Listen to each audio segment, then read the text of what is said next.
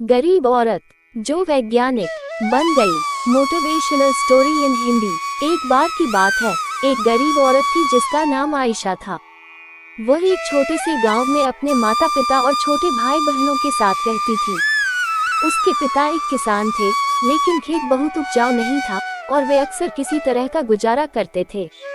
आयशा एक बुद्धिमान और जिज्ञासु लड़की थी। वह अपने आसपास की दुनिया के बारे में जानना पसंद करती थी।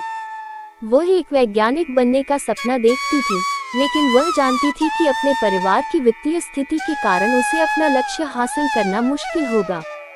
एक दिन आयशा के पिता बीमार पड़ गए।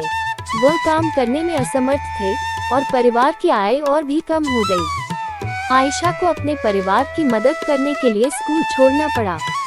आयशा ने अपने परिवार का समर्थन करने के लिए कड़ी मेहनत की। उसने घरों की सफाई और खेतों में काम करने जैसे अजीब काम किए।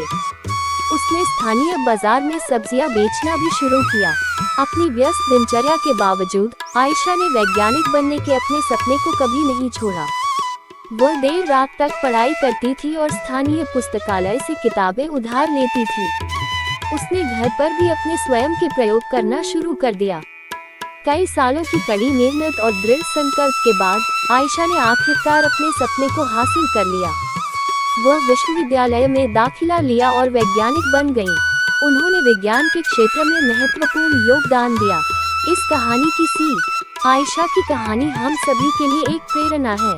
ये दिखाता है कि अगर हम अपने दिमाग में रखते हैं और अपने सपनों को कभी नहीं छोड़ते हैं, तो कुछ भी संभव है। ये भी दिखाता है कि हमारे जुनून का पालन करना महत्वपूर्ण है, भले ही यह मुश्किल हो।